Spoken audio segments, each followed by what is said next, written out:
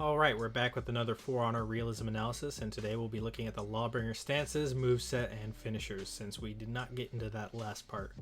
Before I start this video, let me get something out of the way real quick. I have been extremely busy with work as of late because I work in retail, and it's mid-December. I really wanted to get videos out as quick as possible, but due to time constraints and the amount of time each video takes to make, I don't know how frequent I can release these videos. So please bear with me for the next month or so because I don't think I'll be able to release a lot of videos until sometime mid-January when things start to slow down again. Thank you all for being super patient with me. So before we get into the main points of the video, let's set up the context like always. If you watch the part 1 weapons section, then you'd know that there's a bit of discrepancy between the verbiage of Lawbringer's weapons either being a poleaxe or a halberd. The very short version is we're just going to assume poleaxe. Why? Well, halberds are thought to be more of a formation weapon, something that you could use in large-scale battles and against armored or unarmored opponents alike. That's not to say poleaxes can't be used in a battlefield scenario or that halberds couldn't be used in a one-on-one scenario. In fact, we know that halberds are also used off the battlefield to be used as weapons that guards might carry or so on. But when we're talking about the way Lawbringer fights, we can tell that it's specifically poleaxe combat, and I'll show you how. When talking about poleaxe combat in historical treatises, which is where some of our major sources of medieval combat comes from, one thing that we notice with a large majority of them is that it focuses on armored duels. That's because of how effective the poleaxe is at fighting armored opponents. To fight an unarmored opponent, you could use a variety of weapons at your disposal, but to get through armor, it takes a bit more effort and know-how, that and use of the proper weapon.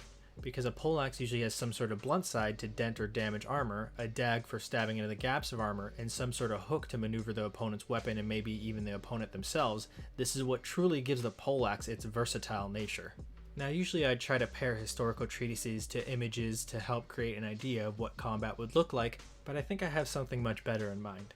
Introducing a channel called Pursuing the Knightly Arts. They have a large pool of historical information to talk about, but one thing that I think makes them shine out from all the rest is their large amount of historical poleaxe sparring in armor. I don't know of any other channel that does this sort of content so well anywhere else. So if something like this interests you, please go check them out. I'll leave their channel in the description below. So when looking at these clips of armored combat, we can see that there's a lot of grappling, as subduing your opponent isn't as simple as merely hitting them anywhere. Even to say that you happen to give them a light whack on the head doesn't mean that will stun them. The only guaranteed way of success are through takedowns or landing your dag into an unarmored section of their body. Also, from all this footage you can tell that real fighting isn't as cut and dry as animations from a video game would have us believe, although that is to be expected. That being said, there are a lot of great things to talk about when it comes to the Lawbringer's fighting style, so let's get into it. To start off, his stances. He has 4 stances, which I'll call his left guard, his right guard, his top left guard, and his top right guard.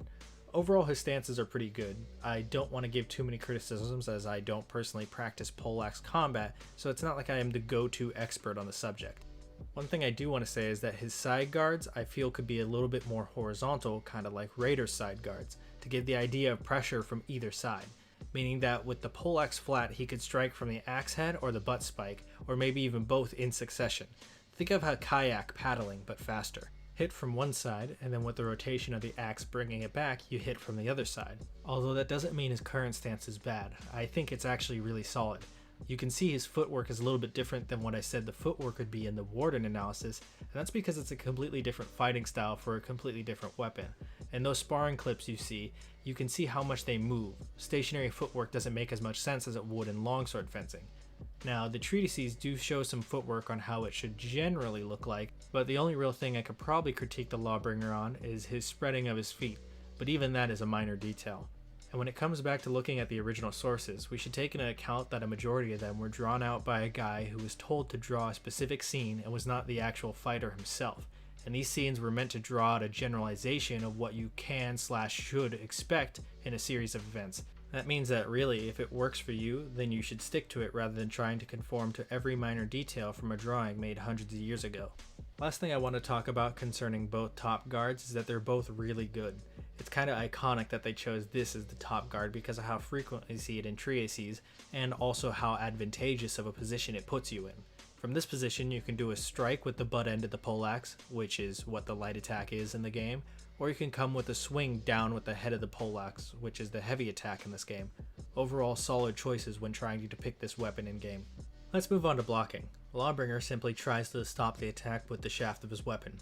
It makes a little bit of sense when it's a poleaxe versus poleaxe, but when it comes to other weapons like a longsword, didao, or kanabo, it makes less sense. Honestly, I get why they do that. It's a video game and they're just trying to make it to where it looks feasible with as many variables as possible.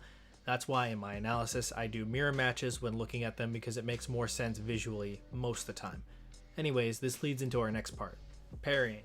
The parries are pretty much just like the blocks, although this time the attacks come to a hard stop. You can see with the poleaxes the axe head does not actually come in contact with the shaft, which is exactly how a block should be, so that way it doesn't damage the shaft and then you break your weapon in half. It probably looks different for other weapons, but we're just going to be focusing on this. Now the really interesting part is for the side parries, how the Lawbringer displaces the enemy's weapon.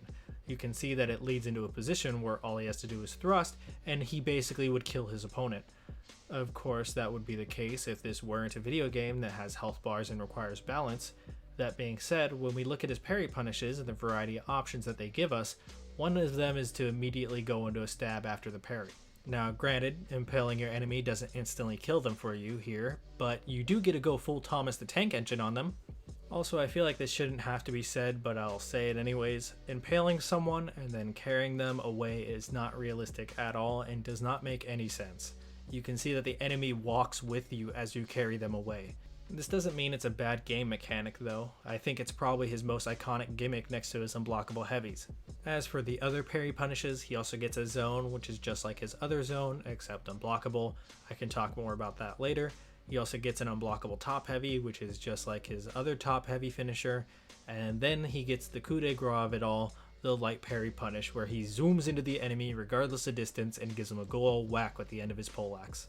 I really like this one because pair it with the other options, this really shows how versatile the poleaxe is when you get in a close quarters contact with someone. In real life, if you were to go to bind with an enemy poleaxe like this, you could in fact hit him with the end of this shaft, or you could go in for a stab with the dag of the poleaxe, and much more. In a game where certain moves have to correlate with how the game fluidity goes mechanically, and how the game looks and is presented, I think Ubisoft did a really good job on a lot of these heroes that gives us a generalized glimpse of what they were in real life without sacrificing too much of the gameplay, or vice versa. Now let's talk about the actual normal attacks themselves. Lawbringer's attacks are really simple, as he's only given attacks in 3 hit combos, whether that be light, heavy, heavy, heavy, light, heavy, etc. Although one thing I don't understand is why they didn't make a light a combo, as if anyone was generally struggling with Lawbringer side lights, but that's not what we're here to talk about. Realistically, all the moves are fine. You can see that he spins with a few of his attacks, but now we understand that every character spins so that you can attack from any side multiple times without being constrained by the direction of your strike in the initial attack like you would in real life. So we can put that aside and look at his general attacks themselves. I think the attacks overall look good. The speed is an issue in a real life scenario, but since we know this is a fighting game that requires balance, we can overlook that. The most notable out of all the attacks is the top light, the side light finishers, and the top heavies. The top light, as we stated earlier, is great because of how true it is to the realistic use of the poleaxe. The side light finishers are really great because of how good it is to see the use of the dag in combat to show that pretty much every piece of this weapon is being used to its fullest extent, as it should be. But finally, the top heavy is very interesting. You can see if you look closely that when the Lawbringer is in top guard, he has the axe blade facing away from his opponent with the hammer/maul head facing forward instead. I find this interesting because when we talk about armored combat and the use of a poleaxe, we have to understand that even though they were called poleaxes, a majority of the ones that we see in treatises are basically like long war hammers. Why is that? Because if you want to get through armor, you're going to need a lot of blunt force. So the fact that they chose to go with a blunt attack for an overhead strike to the head, which for most sensible people who have been fighting since ancient times would most likely be wearing a helmet, is very realistic to the weapon. Even with a lot of padding, the amount of force transfer from the rotation of such a large weapon dispersed over a broad plane, like a hammer to a helmet, would definitely be dangerous, if not outright lethal. You could have something as bad, yet simple as a concussion, to having someone's spine compress into itself, most likely killing them instantly with little to no damage to the outside of the armor. I do find it neat that they also gave the attack the stunned effect if you land it. A bit of icing on the cake, I suppose. Let's move on to the most underused move out of his entire kit, the long arm. Also been called the patty flip. You legitimately take the enemy, impale them with the butt spike, and then toss them over you. Now, I don't mean to rain on anyone's parade, but this doesn't make any sense at all. The butt spike, although very dangerous and very lethal, is not as long, sharp, and narrow as the dag at the top of the poleaxe. So if you wanted to impale someone, it would probably make more sense to do it from there instead of trying to flip your entire weapon around just to do the same thing. Also, physics-wise, this makes no sense either, but I don't think I need to explain that. Really cool move though. Next up, Lawbringer's Shove. I like that he has this move because, again, it perpetuates the idea that the poleaxe was a heavy close quarters weapon where you might need to get close to shove and grapple someone. We even see in modern sparring interpretations that shoving with the full length of the shaft is possible, if not entirely important to know how to do. Lastly, let's go over the zone attack one more time. It may look like he's attacking with the blunt end of the poleaxe since it goes off screen when you use it, but it's actually the axe head itself. Now, realistically in game, you only use zone if you're clearing mid or if you're trying to fend off multiple enemies at once with the make way parry punish. That being said, I'm glad he uses the axe blade as it would make more sense considering how low he's going. Blunt damage to armored legs definitely would be unpleasant, but I don't think it would be incapacitating. Alright, that's it for attacks. If there's something I forgot about, then let me know. I just realized I don't have any footage for guard breaks, but that's probably because they were extremely boring anyways. Super simple, not much to talk about. He just throws people one way or the other. Speaking of throwing though, one thing that I think is a truly missed opportunity is how the poleaxe was used for hooking / grappling. Whether it was hooking the opponent's leg or trying to hook their weapon, I think that definitely they could have done more with it. If we look at Nucia, her heavy finishers where she throws the enemy in a certain direction, I'd like to see something akin to that for Lawbringer. That being said, one, I know how low tier Nucia is and I know how impractical her heavy finishers are, so realistically I know that we shouldn't make something like this for Lawbringer because it would be difficult to implement gameplay wise. Two, I know that he has a hooking finisher and that's a great segue into our next section. Finishers, since I didn't do it in previous episodes. So I'm not going to talk about all of the finishers since some of them aren't practical at all and are just meant to be big meme. So starting from the top, we have Backbreaker. This one is fantastic as it really shows how overwhelming it can be to be attacked by a poleaxe. Remember what I said earlier about rapid attacks from each side? This 1-2 punch ended by the axe to the back is definitely a good one, especially for a default. Next we have Sweep the Leg, which is the hooking one I was talking about. Great use of the poleaxe's hooking abilities finished by a swift stab to the torso. Solid default.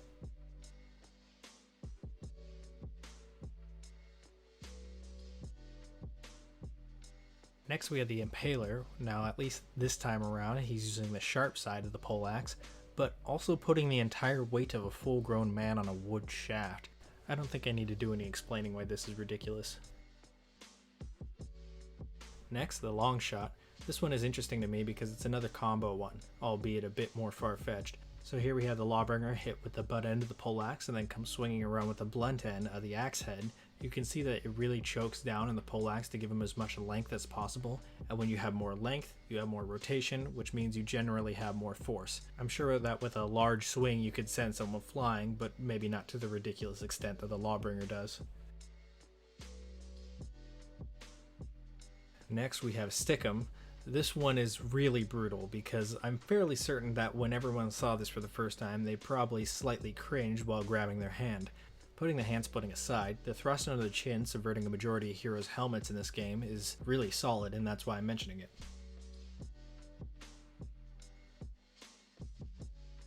Next we have Duralex Zedlex. Here it shows the Lawbringer hitting the enemy in the gut with the blunt side of the axe. Now, of course, depending on your choice of axe head, it might be some sort of spike instead of a blunt hammer, but the default is a blunt hammer, so we're going to stick with that. Now, if we assume that the enemy isn't wearing any sort of armor, then yeah, that's gonna suck. It would probably end just like how it ends in the game, but realistically, if they had a breastplate like the Lawbringer does, then most likely a blunt horizontal strike to the torso is not going to be incapacitating like we see in-game. So let's just say he does this move and it's on an unarmored opponent. Why not just use the axe blade then? That'll really make him keel over for sure. Maybe he wanted to keep the blade clean so that he can sharpen it? I don't know. Also that freaking standing, walking, and sharpening by hand. One of these days Lawbringer's going to lose one of his fingers. Alright, that's all the finishers, and that means that it's the end of the video.